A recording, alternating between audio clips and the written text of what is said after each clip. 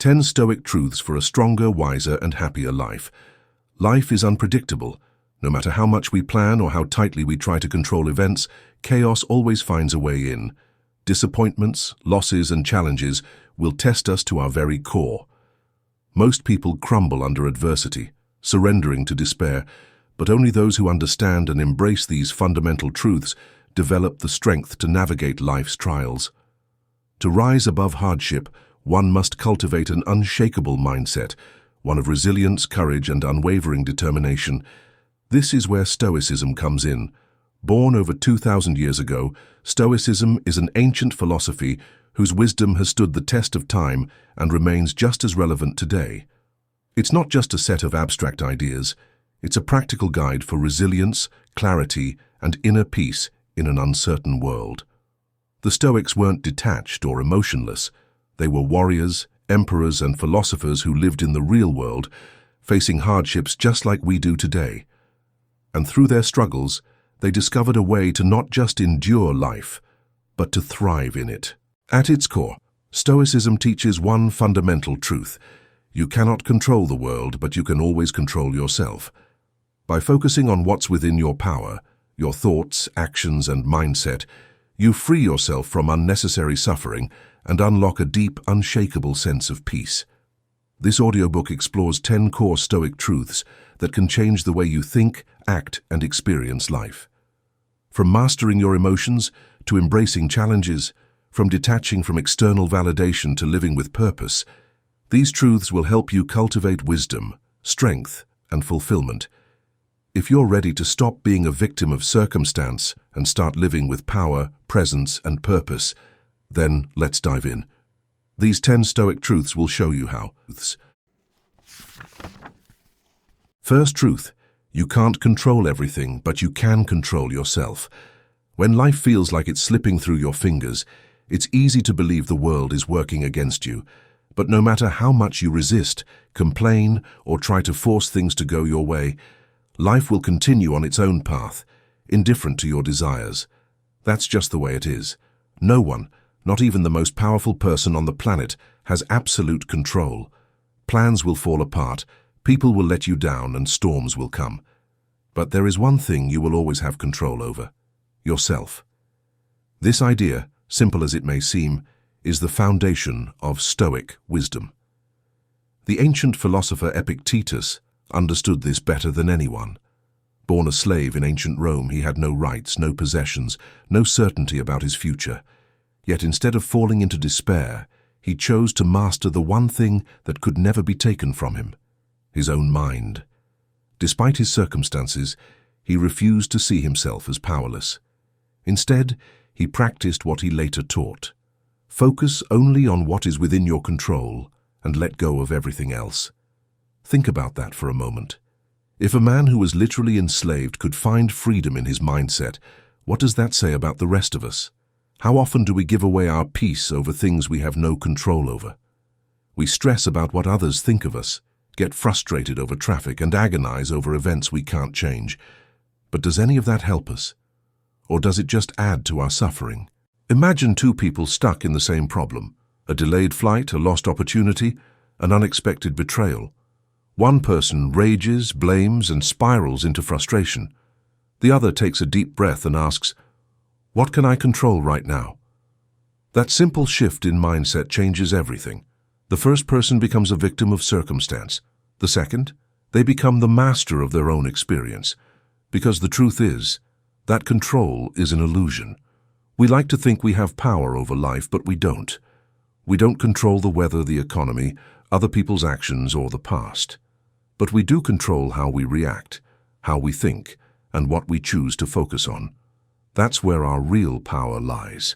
The beauty of this mindset is that it doesn't just help you survive difficulties, it helps you thrive in them. When you stop resisting what you can't control and instead focus on mastering yourself, you develop resilience. You become adaptable, calm under pressure, and less shaken by the unpredictability of life. Challenges no longer break you, they refine you. Marcus Aurelius, one of the greatest Stoic philosophers and a Roman emperor, faced war, betrayal, and personal tragedy. Yet in his writings he constantly reminded himself to return to what was within his power, his own thoughts, his own actions, his own virtue. He couldn't control the chaos of the empire, but he could control how he ruled it. That distinction made all the difference. So what about you? What's causing you stress right now? Is it something you have control over? If not, why let it take up space in your mind? Instead of wasting energy on things beyond your reach, direct it toward what you can change. Your attitude, your response, your choices. My friend, don't waste your time and energy trying to control everything around you. Instead, focus on the one thing you truly can, your mind. Next time life throws chaos at you, pause. Ask yourself, what can I control right now? Then focus on that. Because in a world full of uncertainty, the greatest power you have is the ability to master yourself. Second truth. Adversity is an opportunity for growth. Every great person you admire has one thing in common.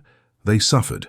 They faced hardships that could have broken them, obstacles that could have turned them bitter, and moments of despair that could have made them give up. But they didn't. Instead, they turned their struggles into fuel. They transformed pain into wisdom and adversity into strength.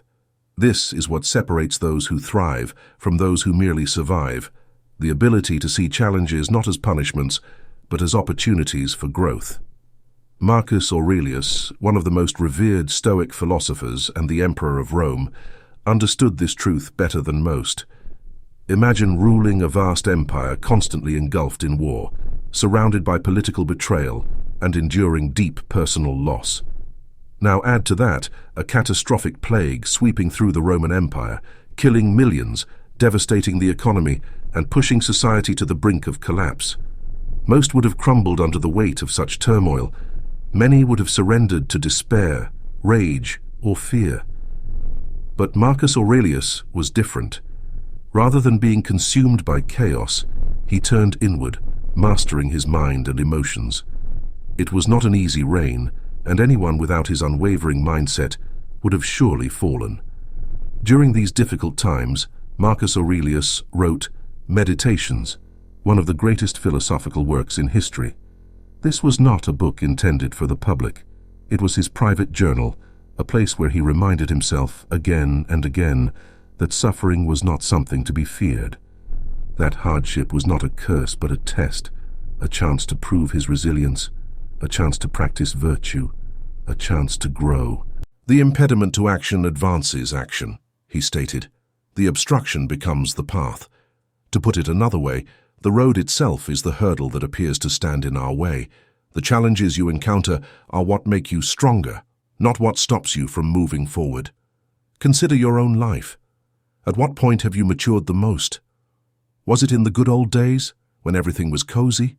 Or did the hardships, the heartaches, the failures, the setbacks push you to grow and discover a strength you didn't know you possessed? Too often we see adversity as something unfair, something to be avoided. We ask, why me, when life gets tough? But the real question is, what can this teach me? Because adversity is not the enemy. It is the greatest teacher you will ever have. It exposes your weaknesses so you can strengthen them. It reveals what truly matters. It forces you to let go of illusions and confront reality. Imagine two people facing the same hardship. One falls into self-pity, blaming the world and seeing oneself as a victim. The other takes the pain and uses it to become wiser, stronger, and more resilient. The hardship is the same, but the response determines the outcome. The difference is a mindset shift, from seeing adversity as something that happens to you to seeing it as something that happens for you. It's easy to admire resilience in others, to look at those who have overcome great challenges and respect their strength. But when it comes to our own struggles, we often forget that we too have the same choice. Hardship will come. Life will test you. The only question is, will this break you, or will it make you? The next time life gets tough, stop and ask yourself, what is this teaching me? How can I use this to grow? Because the obstacle is not the end of the road. It is the road. Choose growth. Third truth.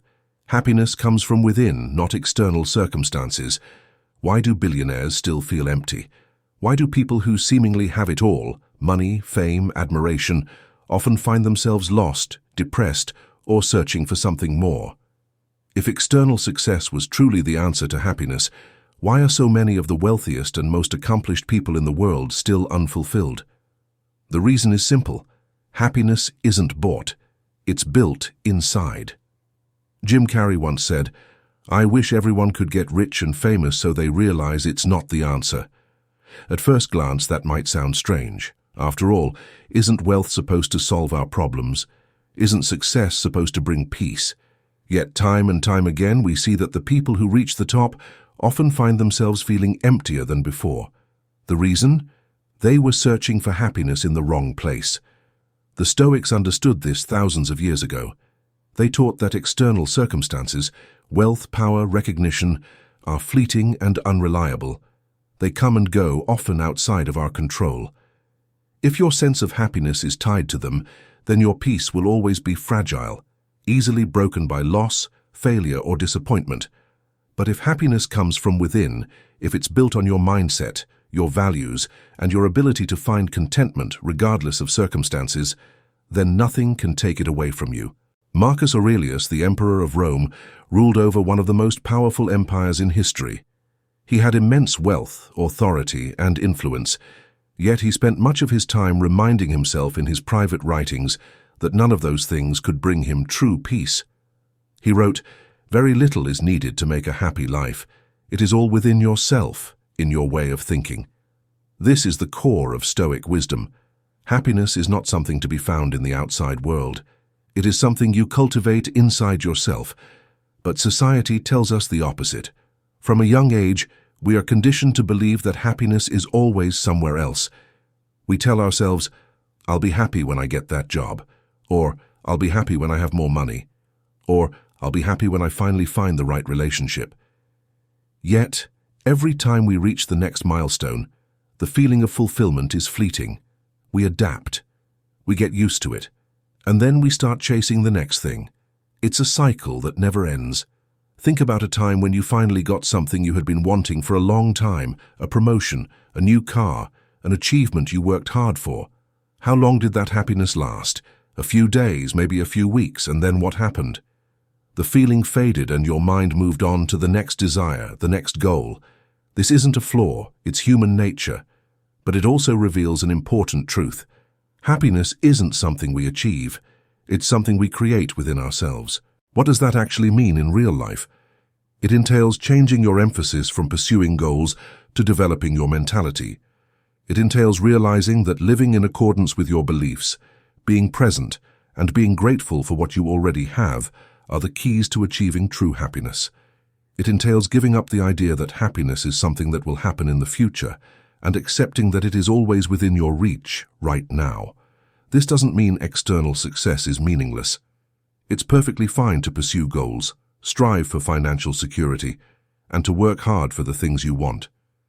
But the key is to understand that those things should complement your happiness, not define it. If your peace depends on external factors, then you will always be at the mercy of things you cannot control. But if you cultivate happiness from within, then no setback, no failure, no loss can take it away from you. The richest person in the world is not the one who has the most, but the one who needs the least. The person who can sit in silence without distraction and feel content. The person who finds joy in the simple moments without constantly needing more. That is true freedom, that is real happiness. Spend less time chasing things. Spend more time mastering your mindset, because everything you're looking for is already inside you. Fourth truth, your time is your most valuable asset. Would you pay $1 million to sell 10 years of your life? Would you accept the offer of 10 years of your life in return for a briefcase full of cash? Most individuals wouldn't even think twice about refusing. Time is precious after all. Time is unchangeable, unlike money, which can be obtained, lost, and gained again. All the seconds that go by are lost forever. We waste time as if it were useless, even though we know this. One of the greatest Stoic philosophers, Seneca, recognized this conflict. People are careful to protect their own belongings, but when it comes to wasting time, They are the most wasteful of the one item where being economical is appropriate, he noted. We safeguard our funds, lock up our possessions, and think things through before buying.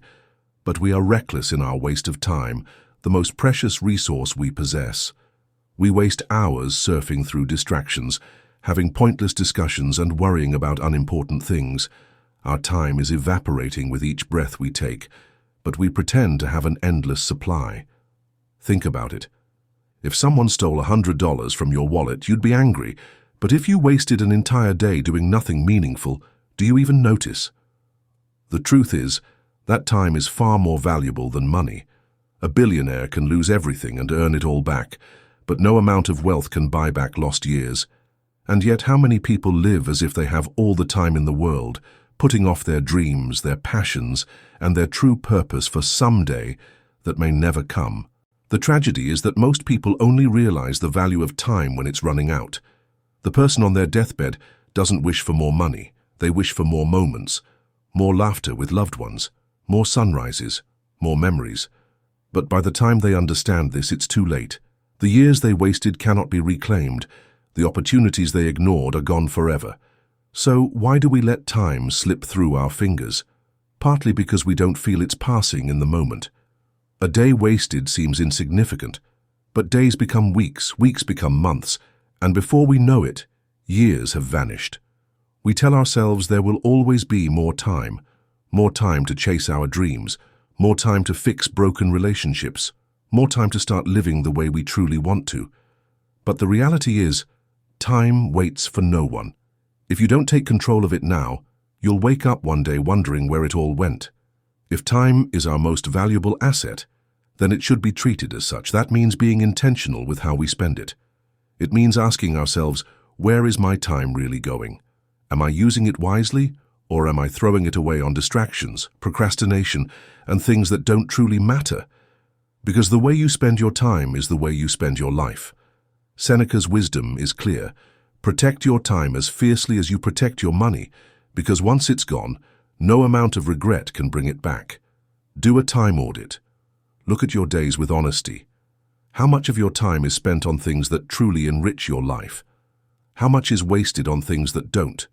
Make the changes now, while you still can, before time reminds you just how valuable it really was.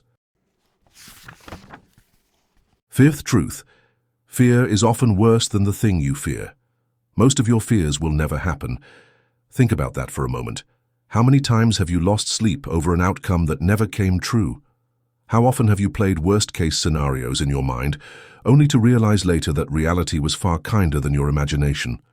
Fear is a master illusionist, making the shadows look like monsters and the unknown seem like a battlefield. But more often than not, the suffering we experience in our minds is far greater than anything we will ever face in reality. One of the greatest Stoic philosophers, Seneca, was acutely aware of this. "We suffer more in our imagination than in reality," he wrote. He believed that fear was more than simply a feeling. It was a robber that robbed people of their tranquility, self-assurance, and eventually their lives. Unchecked, he knew, the imagination had a way of creating dreadful possibilities that seldom, if ever, came to pass.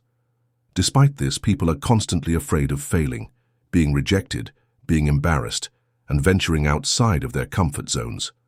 They allow these fictitious anxieties to control their behavior, preventing them from taking advantage of chances, forming connections, and living life to the fullest. Consider public speaking.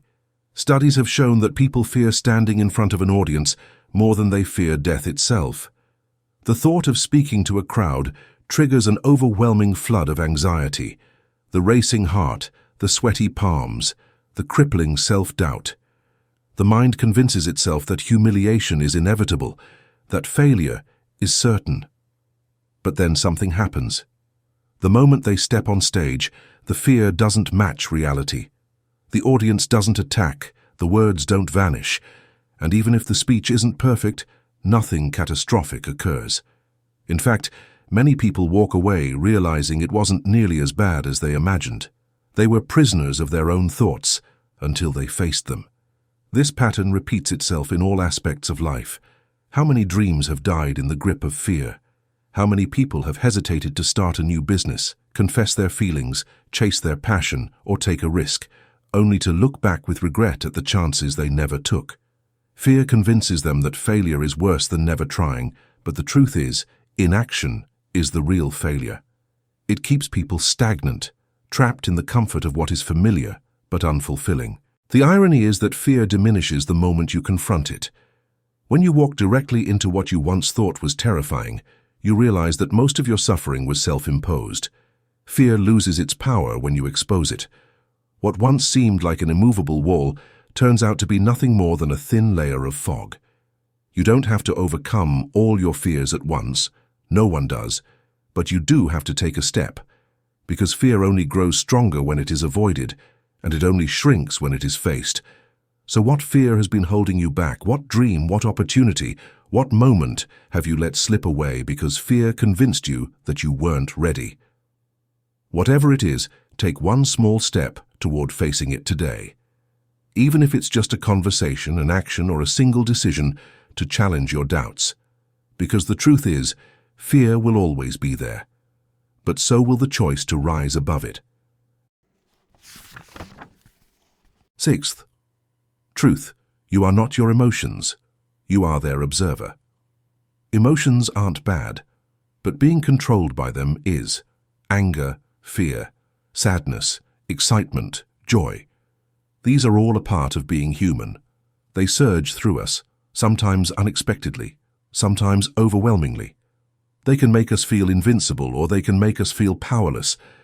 The problem is not that we feel them, but that we often allow them to dictate our actions without question. We let anger push us into regrettable words, let fear hold us back from opportunities, and let sadness keep us stuck in the past. Instead of being the masters of our emotions, we become their servants, reacting impulsively rather than responding with wisdom. Marcus Aurelius, one of the most disciplined leaders in history, understood this better than anyone. As Emperor of Rome, he faced constant political betrayal, war, and personal tragedy. He could have ruled with rage, with paranoia, or with despair. He could have let his emotions consume him, making rash decisions in moments of weakness, but instead, he practiced a powerful mindset. He learned to observe his emotions rather than be ruled by them. He wrote in Meditations, "You have power over your mind, not outside events. Realize this, and you will find strength." He knew that he couldn't always control what happened around him, but he could control how he responded. And the first step in doing that was understanding that emotions are temporary visitors, not permanent masters. Imagine standing at the edge of a rushing river. If you jump in without thought, you will be swept away by the current. This is what happens when we react instantly to emotions without stepping back. But if you simply stand and watch the river, you see that the water moves. It flows past and it changes. You begin to realize that just because an emotion arises does not mean you have to act on it. You can let it pass without being drowned by it. Think about the last time you got truly angry. Maybe someone insulted you, maybe something unfair happened. In that moment, the emotion flared up, clouding your thoughts and demanding a reaction. But what if, instead of reacting immediately, you had simply observed it? Not suppress it, not ignore it, but acknowledge it as something separate from yourself.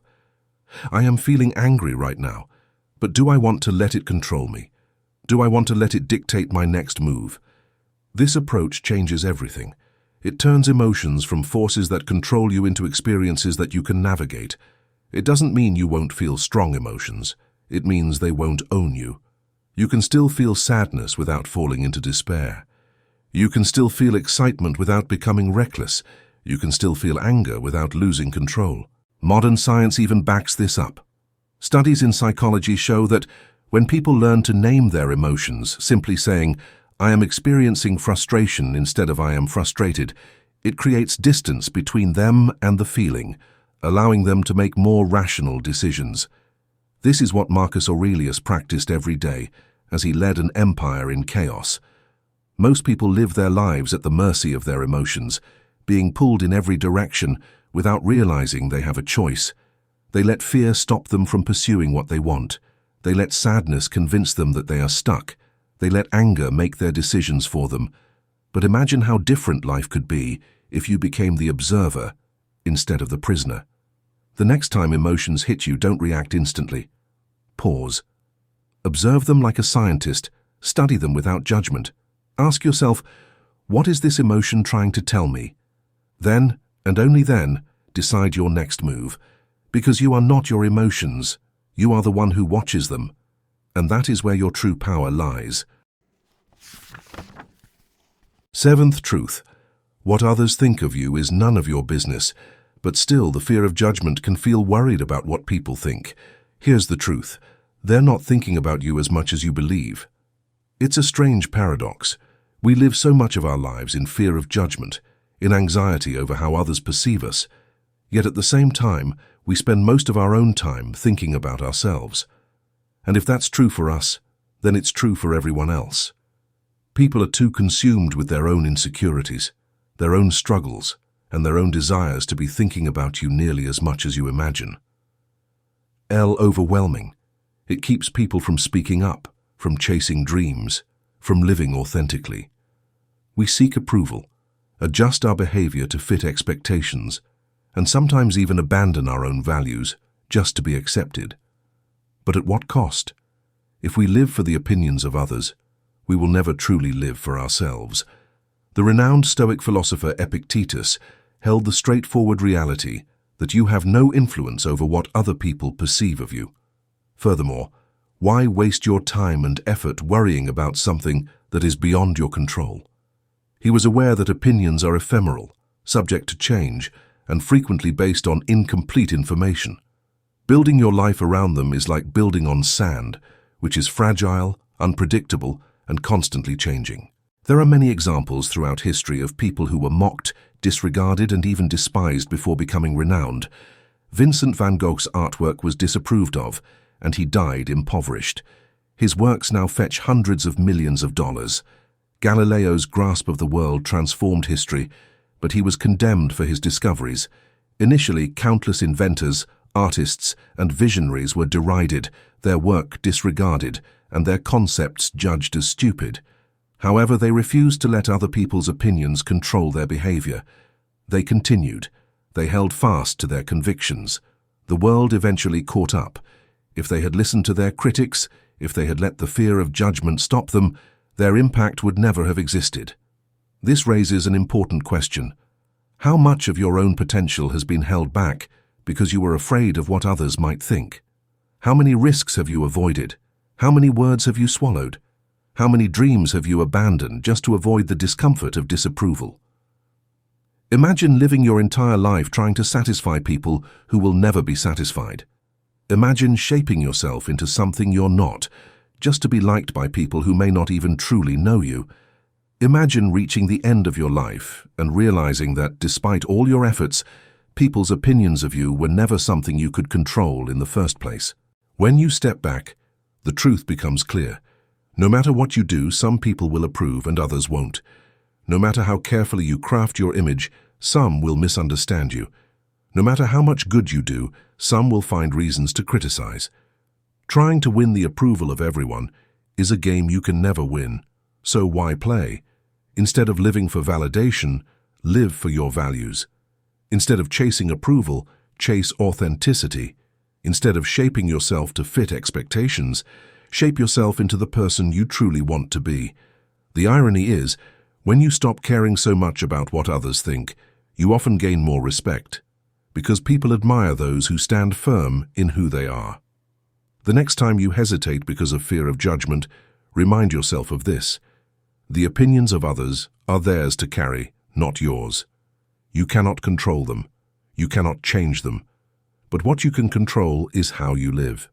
And the only opinion that truly matters is the one you have of yourself. Eighth truth, Memento Mori. Remember, you will die. One day you will take your last breath. Your heart will beat for the final time, your voice will go silent, and the life you lived, every choice, every regret, every moment, will be sealed in history. The question is, when that moment comes, will you have truly lived? Most people move through life as if it will never end, as if there is always more time. They postpone their dreams, delay difficult conversations, and assume that someday will arrive when everything finally falls into place. But someday is an illusion. The only thing that is certain, the only guarantee we all share, is that our time here is limited. This is not a thought meant to bring fear, but urgency, because to remember that you will die is to remember that you must live. The Stoics embraced this reality in a way that many today might find uncomfortable. They practiced Memento Mori, the act of reflecting on mortality not to be morbid, but to live more fully. They carried symbols of death, reflected on it daily, and reminded themselves that every moment was precious precisely because it would not last forever. Marcus Aurelius, the great Roman emperor, often wrote to himself in his private journal, "You could leave life right now. Let that determine what you do and say and think." It is simple to hear this and write it off as philosophical disinterest, but the reality is much different. Those who live most intensely are frequently those who have the deepest understanding of their death. They take more chances, love more deeply, and don't spend time on pointless pursuits. Since they are aware that their days are limited, they don't let trivial disagreements, ego, or pointless diversions take up their time. The most important tool I've ever encountered to help me make the big choices in life is remembering that I'll be dead soon, Steve Jobs famously remarked. He realized that when you remove the anxiety about what other people would think, the hesitancy to take risks, and the unimportant concerns that obscure your judgment, there is only one issue left. What will I do with my remaining time? The response to this question should be practical rather than theoretical. Would you be pleased with your life if today were your last day? Can you honestly say that you left nothing unsaid, that you followed your passions, and that you loved deeply?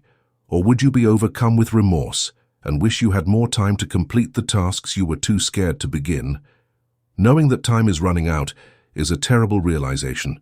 Reaching the end of life and realizing you never really lived is much more terrible. The greatest tragedy is not death per se, but rather a life lost to indecision, fear, and distraction. No second opportunity, no rewind button is present. You can only be sure of this one instant, right now. The Stoics knew this. That is why they lived each day with a sense of purpose. They did not waste time complaining about things they could not change, nor did they allow fear to keep them from taking action. They understood that death was not something to avoid thinking about, but something to embrace as a motivator. If today was your last day, how would you spend it? Would you finally have that conversation you've been putting off? Would you take the risk you've been afraid to take? Would you let go of grudges and embrace the people you love without hesitation? Or would you continue on as if time is infinite, as if there will always be more? The truth is, we do not know when our time will run out. We do not know how many chances we have left to say I love you, to chase what excites us, to be the person we always wanted to be. The only guarantee is this moment, right now. Live as if you understand that, because one day your last moment will come. And when it does, the only thing that will matter is whether you truly lived. Ninth truth. Simplicity is freedom. The more you own, the more owns you. It's a truth that few people recognize until they feel the weight of it pressing down on them. At first, possessions seem like a source of freedom. Buying a bigger house, upgrading to the latest gadgets, filling closets with clothes for every possible occasion. But slowly, almost imperceptibly, the things we own begin to own us. They demand our attention, our maintenance, our money, our time. We work longer hours to afford them. We stress over losing them. We organize and reorganize them. And we convince ourselves that we need more, never realizing that with every new possession, we are adding invisible chains. Seneca, one of the greatest Stoic philosophers, understood this deeply. He was a man of immense wealth, a statesman, and an advisor to emperors. But despite all of this, he deliberately chose to live simply. He knew that real freedom didn't come from accumulating more, but from needing less. Unlike many of his peers who indulged in luxury, he practiced voluntary minimalism, stripping life down to its essentials to maintain peace of mind. He would sleep on a hard surface instead of a lavish bed, wear simple clothes despite being able to afford the finest garments, and remind himself that true happiness was never found in excess, but in contentment. This idea seems almost radical today, in a world that constantly tells us that more is better. More money, more success, more things. We are conditioned to believe that happiness lies in accumulation, and that fulfillment is always one purchase away. But if that were true, why are so many people who have everything still restless? Why do billionaires, despite their unimaginable wealth, often feel the need to chase even more? The truth is, the more we accumulate, the more we fear losing it. And the more we attach our happiness to material things, the more fragile our happiness becomes. Look at the lives of those who have embraced simplicity, and you will see something remarkable. There is a lightness in their existence, an ease that cannot be found in cluttered minds and overfilled spaces. They do not chase happiness in possessions because they have realized that happiness is not something that can be bought. It is something that emerges when we remove the distractions that keep us from it. A person who needs little can never be truly poor because they are not controlled by external circumstances. But a person who needs everything is always on the brink of dissatisfaction, no matter how much they have. Imagine waking up in a space that is uncluttered, where everything you own serves a purpose or brings you joy.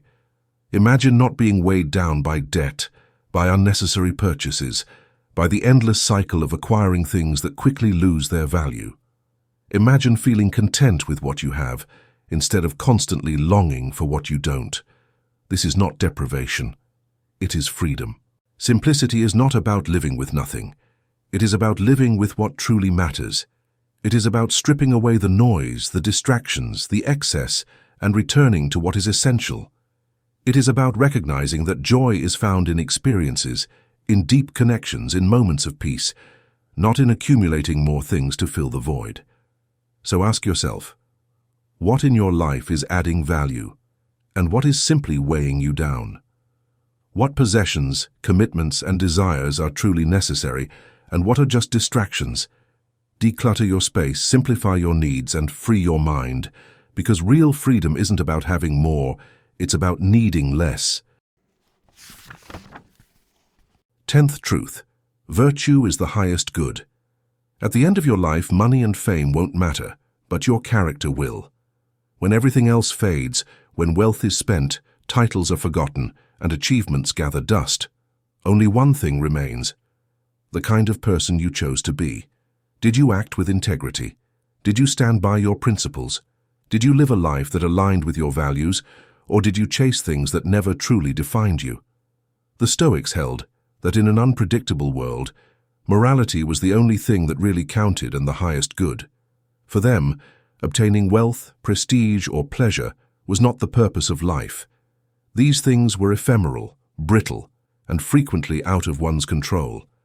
A person's lifestyle, decisions, and values were what really made them who they were. The pillars of a meaningful life were self-discipline, wisdom, courage, and justice. The only things that could never be taken away were these. Wisdom is not simply knowledge, but the ability to see clearly, to understand what is within our control and what is not, to make choices based on reason rather than impulse. It is the foundation of all virtue, for without it, we stumble blindly through life, reacting rather than acting with purpose. A wise person seeks truth, questions their own assumptions, and strives to grow every day. They do not claim to have all the answers, but they are always searching, always learning. Courage is more than bravery in battle. It is the strength to do what is right even when it is difficult. It is standing firm in the face of criticism, speaking the truth when it is easier to stay silent, and choosing action over fear. Life will test us in ways we cannot predict. There will be moments of doubt, of struggle, of temptation to take the easy road. Courage is the virtue that ensures we remain steadfast and that we do not betray ourselves for comfort or approval. Justice is the commitment to fairness and to treating others with dignity and respect. The Stoics believed that virtue was not just about personal excellence, but about how we interact with the world. To be just is to recognize that we are all connected, that our actions affect others, and that integrity means standing for what is right, even when no one is watching. A life lived for oneself alone is empty. A life lived with a sense of duty, with a desire to contribute, to uplift, to serve. That is a life of meaning. Self-discipline is the ability to master oneself and to control desires rather than be controlled by them. In a world that constantly tempts us with excess, that urges us to chase fleeting pleasures, self-discipline is what allows us to stay true to our higher purpose. It is the ability to delay gratification, to choose long-term fulfillment over short-term indulgence, to rise above impulses, and to act according to principle. Without discipline, wisdom is wasted, courage falters, and justice is compromised. A life well lived is built on these four virtues: self-discipline, wisdom, courage, and fairness. They must be developed, practiced, and perfected. They are not bestowed upon us.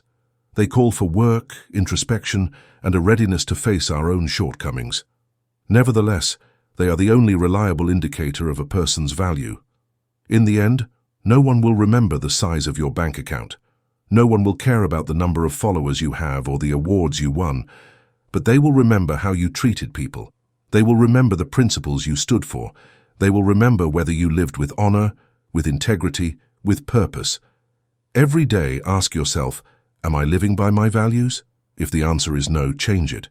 If the answer is yes, continue, because in the end, virtue is the only thing that truly belongs to you, and it is the only thing that truly matters. Final words. Life is unpredictable, full of challenges, setbacks, and moments that test our strength. But within that chaos, there is always something we can control: ourselves. The Stoic truths we've explored are not just ancient wisdom. They are timeless principles that, when applied, have the power to transform your life.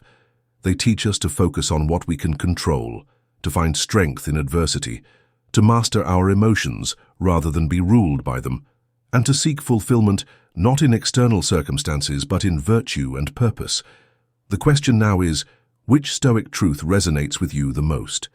Is it the power of mastering your mindset, the freedom of letting go of what others think, the strength that comes from embracing challenges instead of fearing them? Whatever it is, don't just understand it, live it. Knowledge without action is useless. The Stoics didn't just talk about philosophy, they practiced it daily, in every decision, in every challenge, in every moment. Start applying these truths today. Choose one, embody it, and make it a part of how you see the world. Because the sooner you do, the sooner you'll step into a life of greater resilience, wisdom, and peace. And in the end, that is what true freedom looks like.